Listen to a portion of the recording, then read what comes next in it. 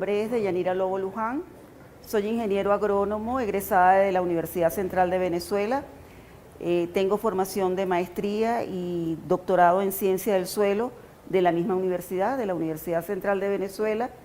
Mi área de desempeño es la física de suelo primordialmente, pero también me desempeño en el área de manejo de suelo y evaluación de tierras. En el día de hoy queremos desarrollar en este taller como tema principal la propuesta de nuevas metodologías para un nuevo enfoque de la física de suelo.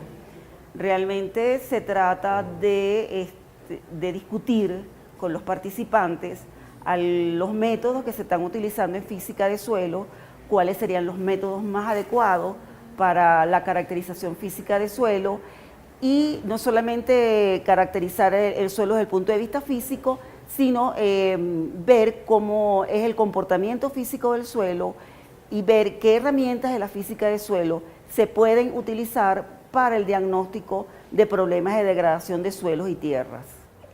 Nos encontramos que en algunas circunstancias, de acuerdo al método que seleccionemos para la determinación de distribución de tamaño de partículas, nos conseguimos con que tenemos que hacer, y algunos laboratorios lo hacen, algunos pretratamientos para esta determinación. Por ejemplo, el método básico es aplicable, el método que yo les expliqué, el método de Boyuco, modificado por Day, que es bastante básico, es aplicable a suelos no calcáreos, no salinos, con contenidos bajos de materia orgánica, menos del 5%, en ausencia de carbonato, menos del 5%, y conductividades eléctricas bajas, es decir, conductividades eléctricas menores de 2 decisiemens por metro. Si el suelo presenta un alto contenido de materia orgánica, entonces se hace el protocolo para la eliminación de esa materia orgánica. Si el suelo es calcáreo, o sea, más de 5% de carbonato de calcio equivalente, entonces también se sigue el protocolo para la eliminación de carbonatos. Y si el suelo es salino, es decir, que tiene una conductividad eléctrica mayor de 2 decisiemens por metro, entonces se hace la eliminación de sales. Ahora bien, estos elementos que hemos mencionado, carbonato, materia orgánica, ¿verdad?, son agentes cementantes del suelo. Es decir, agentes que van a unir estas partículas para formar las partículas secundarias, que son los agregados del suelo. Entonces, muchas veces no es necesario eliminar estos materiales. ¿Por qué? Porque el suelo puede formar agregados muy estables, particularmente aquellos suelos que tienen altos contenidos de sequióxidos, forman agregados muy estables que hacen que no sea necesario eliminar esos materiales cementantes, porque de esa manera se comporta el suelo desde el punto de vista físico. Para el método de la pipeta es necesario eliminar todos esos materiales porque el protocolo lo exige, y el objetivo del método de la pipeta tiene que ver con clasificación de suelo. Entonces, cuando nosotros decimos método de la pipeta es porque tenemos el sombrero de clasificar suelo, pero cuando tenemos el sombrero de física de suelo, decimos, ¿por qué yo voy a eliminar un material que está formando parte de un agregado y que ese agregado tiene una cierta estabilidad que no se va a romper tan fácilmente? Los carbonatos también forman agregados muy estables, ¿no? Entonces, no es necesario hacer la eliminación de esos materiales. Por ejemplo, en Venezuela es muy difícil conseguir un suelo con más del 5% de materia orgánica. Muy difícil. Todos los suelos son menos de 5, incluso el de Chaguaramas, por ejemplo, que yo les mencionaba, que es un suelo muy inestable, tiene menos del 1% en materia orgánica. Entonces, no es necesario hacer ese trabajo de eliminación, gastar reactivos, tiempo, esfuerzo en eliminar unos materiales. Por ejemplo, hacer textura al tacto en un oxisol del cerrado brasilero es un parto. Te pueden salir callos para destruir los microagregados para poder saber qué cantidad de arcilla tiene ese suelo, para hacer la textura al tacto. En el caso de nosotros no, en el caso de nosotros no, porque no tenemos esos materiales tan cementados. Ahora bien, ellos lo hacen de esa manera para hacer la textura al tacto, porque están haciendo descripción de suelo para clasificación de suelo. Pero en el laboratorio de física de suelo no los eliminan. ¿Por qué? Porque esos microagregados se comportan como partículas, ¿ya? Entonces no es necesario destruir los agregados, eliminar los esquióxidos, destruir los agregados, porque el suelo se va a comportar más como un suelo arenoso que como un suelo pesado. Entonces, por eso, cuando yo digo me pongo el sombrero de física de suelo, es que yo me tengo que olvidar de destruir los agregados de alguna manera, porque el suelo se me va a comportar de otra. Porque después, cuando yo hago conductividad hidráulica, porosidad de aireación, porosidad de retención de agua, me va a dar una cosa que va a estar asociada a esa característica que yo he determinado, la distribución de tamaño de partículas, sin eliminar los cementantes. Entonces, no se convierte el método del hidrómetro en un método engorroso como el de la pipeta, desde el punto de vista de física de suelo, sino que es un método más sencillo porque no necesito eliminar todos esos cementantes. El suelo se comporta de esa manera, ¿ya? Bien.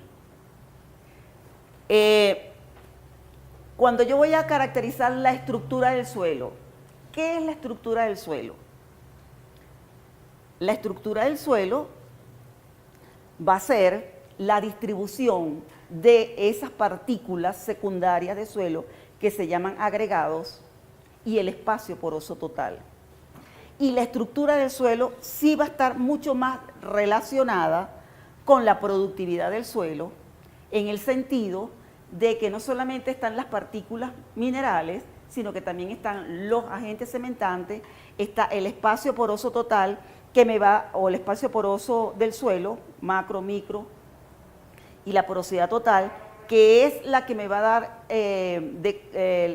la idea de cómo son las relaciones agua-aire en el suelo. Tiene que ver con la productividad. En la medida que yo pueda conocer cómo son las relaciones agua-aire en el suelo, yo también puedo tener un indicador de cómo es la fertilidad. En un suelo, por ejemplo, que tenga muy poco espacio poroso de aireación, no solamente voy a tener problemas de anoxia para los cultivos, para la respiración de las raíces, sino que también voy a tener problemas para la toma de nutrientes. Y no solamente para la toma de nutrientes, sino para la disponibilidad de nutrientes, porque en esas condiciones los elementos están en forma reducida, no en forma oxidada. Entonces sí tiene mucho que ver la estructura del suelo con la productividad. Tiene que ver con el desarrollo de raíces, con la resistencia a la penetración, etcétera. Con el movimiento de agua en el suelo, con la retención de agua en el suelo, porque hay agua que se retiene en los poros texturales, pero hay agua que también se retiene en los poros estructurales. ¿Ya? Bien.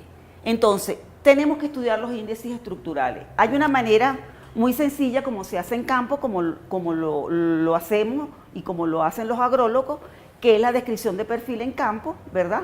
Y podemos describir de manera cualitativa la estructura del suelo. Determinamos el tipo de estructura, que tiene que ver con la forma de la estructura, la clase de estructura, que tiene que ver con el tamaño, ¿no? El grado de desarrollo de la estructura, la consistencia del suelo, en forma cualitativa, en seco, en húmedo, en mojado, ¿cierto? Y podemos de esa manera cualitativa estudiar la estructura del suelo. Pero en forma cuantitativa tenemos que recurrir, por ejemplo, a los índices estructurales, que en algunos suelos son más importantes que en otros, por ejemplo, el caso de la densidad de partículas. La densidad de las partículas sólidas sería la relación entre la masa del suelo y el volumen que ocupan esas partículas sólidas. ¿Qué sería entonces la densidad real de las partículas? Que en promedio se toma como el valor de 2,65 megagramos por metro cúbico o gramos por centímetro cúbico para las partículas minerales, pero que nosotros sabemos que hay partículas que tienen una densidad más alta o tienen una densidad mucho más baja, que también tenemos que considerar. Para densidad aparente, Nosotros hicimos, así como hicimos para distribución de tamaño de partículas, lo hicimos para densidad aparente y encontramos cuáles son los métodos que más se utilizan. El método del hoyo, alrededor del 70% de los laboratorios, el método del terrón parafinado, que lo utiliza mucho menos gente, el método del cilindro lo usa todo el mundo, y el método de rayo gamma, que lo utiliza poca gente porque se requiere un equipo especial, ¿no? Perdón, ¿cómo es eso? ¿Cómo funciona? Bueno, normalmente utiliza, sobre todo los brasileros que han tenido mucho acceso a los equipos de la Agencia Internacional de Energía Atómica, tienen el equipo de rayo gamma que a la vez que determina humedad en el suelo, determina densidad aparente por radiación gamma, que es una radiación sumamente peligrosa. Pero bueno, Hay sensores ahora que sí, ahora vamos a hablar de eso y espero que el tiempo lo permita, para conversar un poquito de eso. ¿La misma tecnología que usan los petroleros? Sí, sí. También los petroleros utilizan los neutrones, la atenuación de neutrones y radiación gamma. Sí. Pero ahora también se utilizan equipos más sofisticados, los radares, etcétera, que los TDR, que vamos a hablar más adelante, se utilizan, que son más sencillos, menos peligrosos, ¿no? Bueno, la densidad aparente, que va a ser la relación entre la masa seca del suelo y el volumen del suelo. No el volumen de sólido, sino el volumen de todo el suelo. Y ese volumen de todo el suelo va a ser la sumatoria del volumen de las partículas sólidas más el volumen ocupado por agua más el volumen ocupado por aire, que sería el volumen de poros. Por eso se llama densidad aparente, porque considera todo el volumen de suelo. Densidad aparente clásicamente ha sido utilizado como un indicador de la compactación del suelo. ¿Por qué? Porque nosotros tenemos aquí las partículas sólidas, tenemos las partículas minerales, estos como unos gusanitos sería la materia orgánica, las arcillas, las láminas de arcilla, pero cuando este suelo se compacta, aquí yo voy a tener la misma proporción de partículas. Lo que se me está disminuyendo es el volumen del suelo. Por eso es que un suelo que no esté compactado va a tener una menor densidad aparente que un suelo que esté más compactado. Las partículas del suelo son las mismas, lo que me está variando es el volumen del suelo, el volumen. Y si me está variando el volumen del suelo, no me está variando el volumen de sólidos, sino lo que me está variando es el volumen que ocupan los poros. Los poros se van haciendo cada vez más pequeños, ¿ya? Yo voy a tener más microporosidad y menor macroporosidad. Bien, uno de los métodos más usados es el método del cilindro, como lo vimos anteriormente. El método del cilindro consiste en introducir un cilindro en el suelo, saco mi cilindro, lo enraso, lo peso, si yo conozco la humedad, o lo llevo hasta peso seco, a 105 grados centígrados, ¿verdad? Yo voy a conocer la masa de suelo, restándole, por supuesto, la masa del cilindro metálico, y el volumen del cilindro va a ser el volumen interno, el volumen de suelo va a ser el volumen interno del cilindro. Masa sobre volumen me da la densidad aparente. Ahora, ¿qué pasa si los suelos son pedregosos y mi cilindrito es de 5 centímetros de diámetro? ¿Ya? Ahí voy a tener un problema, porque también depende del tamaño de los fragmentos de roca, ¿no? Entonces, tengo que recurrir a otro método, como el método del hoyo o método de la excavación, en el cual yo hago un hueco en el suelo de la forma que tú quieras, redondeada, cuadrada, triangular, como tú quieras. Sacas todo el suelo, lo colocas en una bolsa y de ahí tú puedes conocer la masa de suelo. Por supuesto que ese suelo tiene cierta humedad. Conoces la masa de suelo húmedo, ¿cierto?